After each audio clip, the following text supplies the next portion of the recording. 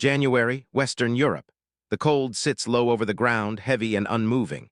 A thin layer of frost clings to shattered hedgerows and broken fence posts. Somewhere beyond the tree line, a German outpost watches the dark with tired eyes. An American moves carefully through the night. He is alone now. A U.S. Army Ranger trained to work in silence, trained to disappear. His breath is slow. His boots barely touch the frozen soil. Then the darkness shifts. A shout, a burst of movement. Rifle stocks strike. Hands pull him forward. Within seconds, the quiet collapses. German soldiers surround him, weapons raised, faces tense but curious. They have what they think is a prize, a lone American cut off. Captured, there is no cheering, just relief, the momentary belief that the danger has passed. But on this front, captures rarely end stories, they begin them. Because less than a kilometer away, other Rangers are already moving. They have counted the seconds. They know the routes. They understand exactly what this capture means. And the night is about to turn against those who believe they are in control. By the winter of 1944, the war in Western Europe had entered a brutal, grinding phase. The rapid advances that followed the Normandy landings had slowed. Supply lines stretched across France. German forces, though battered, were no longer retreating in open panic. They were digging in. Fighting for time, fighting for terrain. The front had hardened into a series of contested zones, forests, villages, ridgelines, where control shifted not by miles but by meters. In these places, night mattered more than daylight. Patrols mattered more than divisions. Small unit actions carried consequences far beyond their size. For the German army, holding ground in the West had become an exercise in containment. They no longer believed they could throw the Allies back into the sea. But they still believed they could bleed them, delay them, force costly assaults. Every American patrol captured was a potential source of intelligence, unit strength, patrol patterns, supply conditions. Even a single prisoner could be valuable. For the United States Army, this phase of the war demanded adaptability. Firepower alone could not solve it. Armor bogged down in forests. Artillery was limited by terrain and weather. Infantry carried the burden, especially units trained to operate forward of the main line of resistance. Among these units were the U.S. Army Rangers. By 1944, the Rangers were no longer an experiment. They had been tested in North Africa, bloodied at Anzio, and hardened in Normandy. Their role had evolved. Once designed for large-scale raids, Rangers were increasingly used for aggressive patrols, reconnaissance, and sudden counterattacks, missions where speed, coordination, and initiative mattered more than numbers. German commanders understood who the Rangers were. Field reports frequently mentioned their presence with frustration. They moved at night. They probed weak points. They reacted faster than expected. When contact occurred, it rarely stayed contained. The Germans also understood something else. Ranger patrols rarely operated alone. A single man encountered in the dark was seldom truly isolated. He was a forward extension of a system, signals, routes, reaction plans already rehearsed. Yet fatigue dulls judgment. By early January, many German units on the line were under strength. Replacements were young or inadequately trained. Officers rotated rapidly. Defensive doctrine emphasized holding positions, not pursuing fleeting advantages. When a patrol stumbled into an American Ranger and took him alive, the instinct was to secure the capture first, ask questions later. It seemed reasonable. The lines were quiet. The night was cold. The front appeared stable, but stability on the Western Front was an illusion, because American doctrine at this stage of the war no longer treated captures as isolated events. They were triggers. Signals that something had gone wrong and needed to be corrected immediately. And so, while German soldiers pulled their prisoner toward the rear, believing the danger had passed, they failed to recognize what they had actually done. They had stepped directly into a system designed to respond without hesitation. That realization would arrive too late, when the quiet of the frozen night began to break. By late 1944, American infantry doctrine on the Western Front had matured under fire. Units that survived did so by learning quickly, adapting procedures not from manuals, but from experience. Nowhere was this more evident than among the U.S. Army Rangers. Ranger training emphasized initiative at the lowest level. Squad leaders were expected to act without waiting for orders. Platoons rehearsed reaction plans until they became instinctive. When a patrol failed to return on time, it was not treated as an absence. It was treated as contact. Every Ranger patrol operated under a simple assumption. If one man was compromised, the enemy was already exposed. This doctrine existed for a reason. German defensive units relied heavily on fixed positions. Their night security depended on listening posts, wire, and limited patrols. When Americans struck quickly after contact, German units often struggled to identify the scale of the threat. Was it a raid, a probe, the beginning of a larger attack? Those questions took time to answer. Rangers exploited that delay. Standard procedure following a capture or firefight was immediate pressure, not reckless assault but controlled aggression. Blocking positions were identified in advance. Routes were memorized in darkness. Fields of fire were planned, not improvised. The goal was simple: hit before the enemy could organize. German expectations, however, were shaped by a different experience.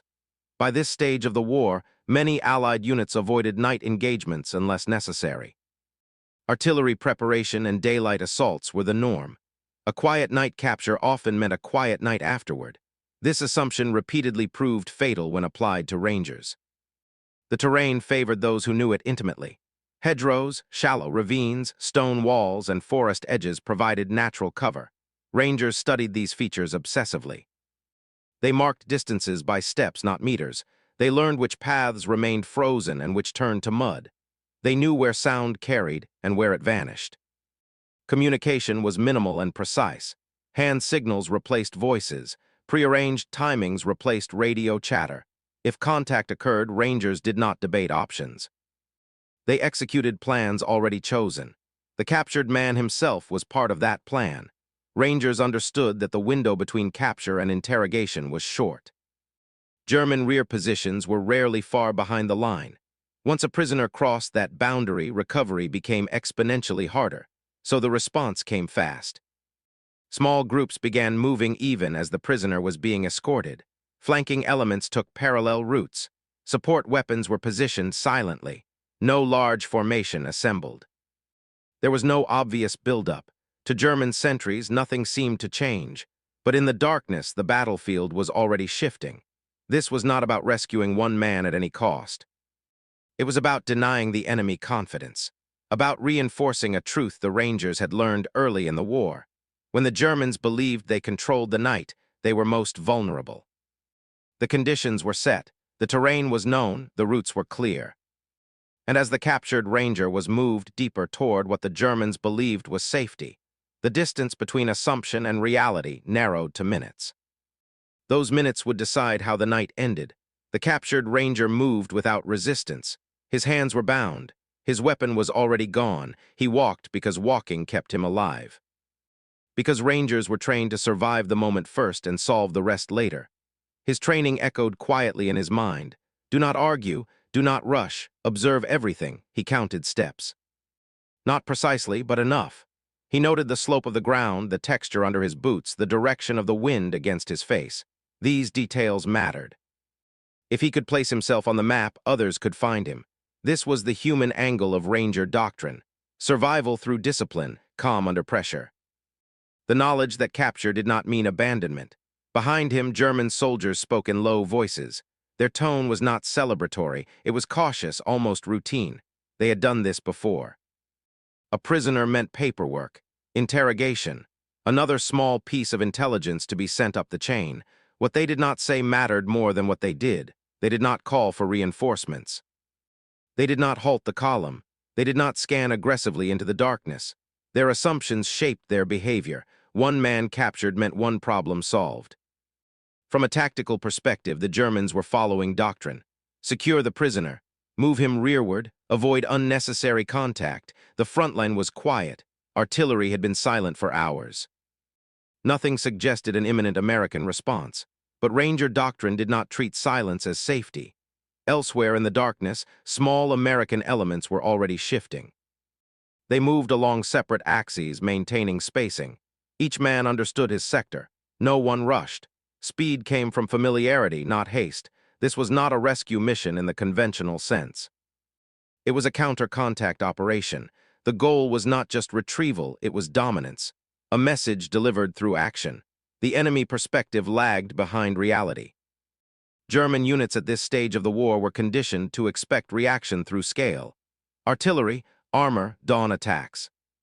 What they feared least were sudden, localized engagements that vanished as quickly as they appeared. That fear would come later.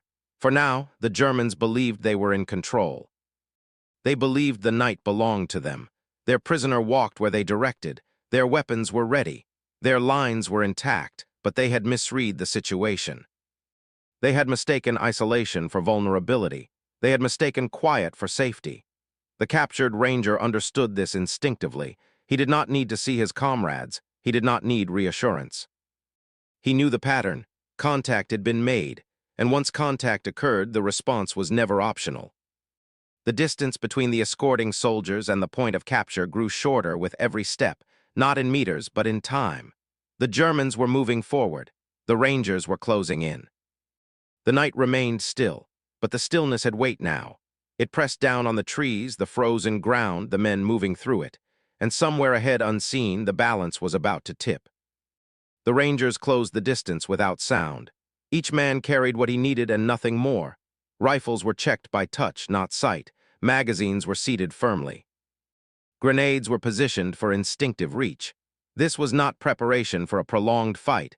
It was preparation for moments. American small unit leadership at this stage of the war was defined by trust. Junior leaders were not waiting for confirmation. They were executing pre-agreed intent.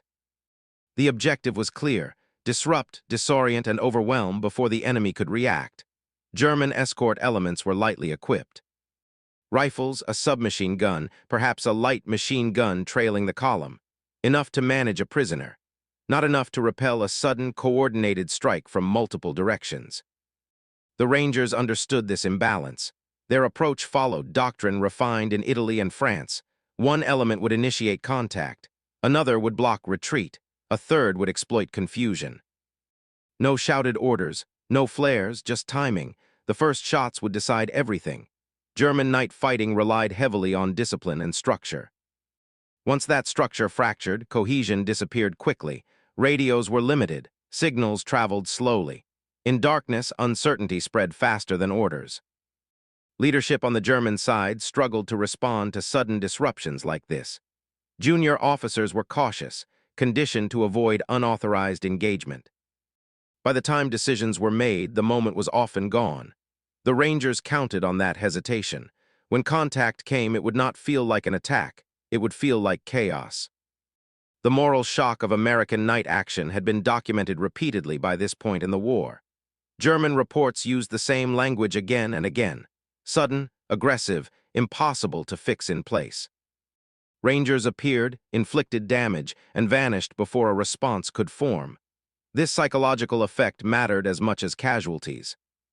For the Germans escorting the prisoner, confidence remained intact until it didn't. Their posture was relaxed, weapons carried but not raised. Their attention faced forward toward the rear. Not outward into the darkness. That was the final miscalculation. Leadership among the Rangers was decentralized but precise. Each man knew not just his task, but the task of the man beside him. If one fell, another stepped forward without hesitation. This redundancy made the unit resilient in moments where seconds mattered. The terrain amplified every advantage. Narrow paths limited movement. Tree lines masked approach. Sound behaved unpredictably in the cold night air. The Germans had not secured the area, they had assumed security. An assumption on this front was deadly. As the Rangers reached their final positions, the prisoner was still moving, still walking toward what the Germans believed was safety. He did not look back. He did not need to. The moment was no longer about him. It was about what happened when doctrine met reality, when training met complacency. When a quiet capture triggered a response that could not be stopped once set in motion. The first Ranger settled into position. Another froze a few meters away. A third adjusted his angle, barely disturbing the frost. Then the waiting ended, because somewhere in the darkness a decision had already been made. And when it was carried out, it would change the shape of the night in a matter of minutes. The first shot did not echo. It cracked, sharp and contained, swallowed quickly by the cold night air. It came from the flank, not the front. One German soldier dropped before he understood what had happened. A second shot followed immediately, then a third. The escort column froze. Orders were shouted, then cut short. Weapons swung toward the sound, but the sound was already gone. The Rangers moved. Fire erupted from two directions at once. Controlled bursts, precise spacing. No wasted rounds. The engagement was not loud by battlefield standards, but it was sudden enough to shatter cohesion. German soldiers scattered, some diving for cover that did not exist, others turning instinctively toward the rear. That retreat was already blocked. A Ranger machine gun opened briefly, then stopped. It did not need to continue. The damage was done. The Germans had lost their sense of direction. Shadows moved where they should not have been. Commands overlapped and contradicted each other. The captured Ranger dropped instinctively as the first shots rang out. He did not need to be told. He hit the ground and stayed there, making himself small as rounds passed overhead. The Germans tried to respond as doctrine dictated. A flare was considered, then abandoned. Firing blind would only worsen the confusion. A call for support went unanswered. Radios crackled, then fell silent. The Rangers advanced in short rushes. Fire, movement, silence. They closed the distance deliberately, not quickly. Speed came from control, not recklessness. Within moments, the Germans realized this was not an ambush meant to delay. It was an annihilation of a specific pocket, a calculated strike. A German soldier attempted to run. He was cut down before he reached cover. Another tried to organize a firing line. He fell before he finished speaking. There was no sense of a front, no clear enemy position to return fire against. Only muzzle flashes appearing, then vanishing. The Rangers exploited this disorientation ruthlessly. They did not shout. They did not pursue fleeing figures beyond planned limits. Each element held its sector. Each man fired only when the target was confirmed. This discipline prevented the Germans from regaining any foothold. Minutes passed, though they felt longer to those trapped inside the engagement. Casualties mounted quickly. Bodies lay where they fell, some still clutching weapons they never had time to use. The Germans attempted one final response, a rush toward what they believed was open ground. It was not. Rangers waited there too. The counterattack had reached its critical point. What began as a quiet capture had transformed into a closing vice. The Germans were no longer reacting. They were surviving, moment by moment, without understanding how the situation had reversed so completely. The night had turned against them, and it was not finished yet. The engagement compressed into fragments of movement and sound, short bursts of gunfire, the scrape of boots against frozen ground, a shouted warning cut off mid-sentence, then silence again. German resistance collapsed unevenly. Some soldiers fired wildly, their rounds tearing through branches and darkness. Others froze, uncertain where to aim. In night combat, hesitation was fatal. The Rangers understood this and pressed the advantage without overextending. One German attempted to reach the prisoner. He was dropped before he took 3 steps. Another tried to flank the firing positions, moving low and fast. He ran directly into a Ranger element positioned precisely for that contingency. The exchange lasted seconds. It ended decisively. The Rangers did not pursue beyond the limits they had planned. Their goal was control, not chaos. Once German movement stopped, the tempo slowed. Fire became selective. Targets were engaged only when clearly identified. By now, the outcome was no longer in doubt. German casualties lay scattered along the narrow route. Some had fallen where the first shots struck. Others lay closer together, evidence of instinctive attempts to regroup. No coherent formation remained. The entire engagement had lasted only minutes. 19 German soldiers were down. Some killed outright, others mortally wounded. The survivors, few, had either fled blindly into the darkness or lay motionless, unsure whether the fight was truly over. The captured Ranger was reached quickly. His restraints were cut. No words were exchanged. There was no time. He was pulled to his feet and guided away from the center of the engagement as remaining Rangers maintained security. German reinforcements never arrived. The reasons were simple. The speed of the action, the lack of clear reports, the uncertainty about what had actually occurred.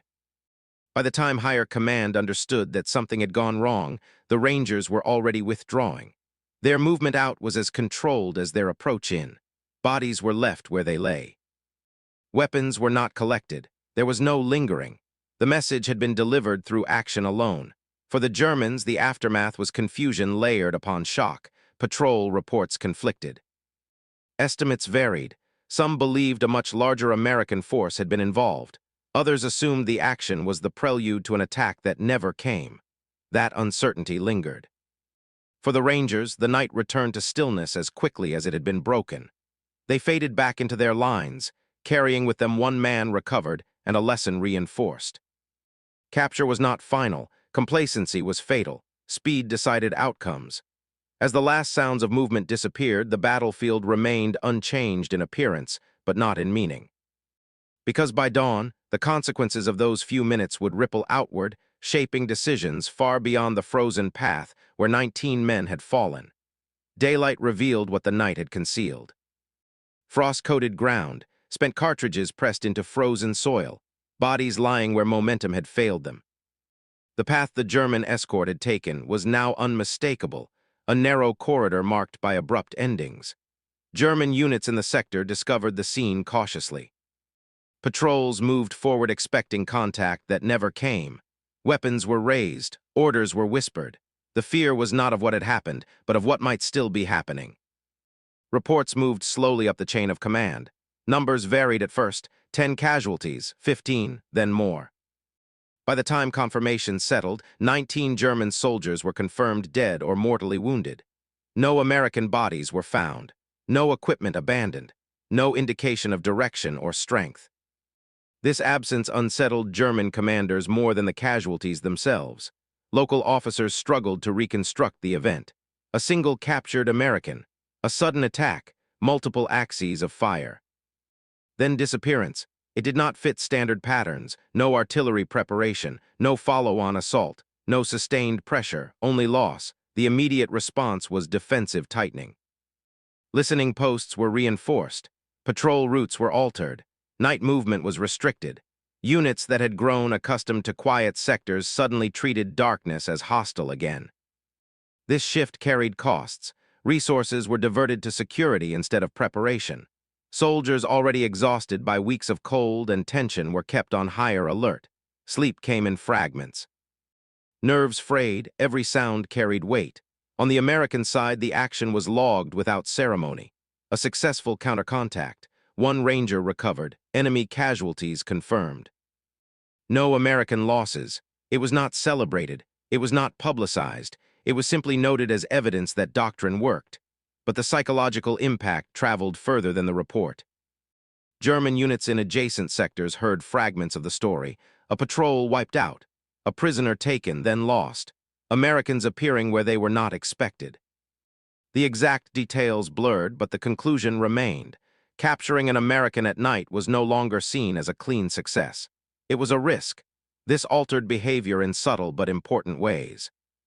German patrols became more cautious. Movement slowed. Initiative declined. When contact occurred, units hesitated, unsure whether they were facing a lone patrol or the opening move of something larger. That hesitation favored the Americans. For the Rangers, the engagement reinforced core principles. Reaction speed mattered. Discipline under fire mattered. Pre-planned responses saved lives.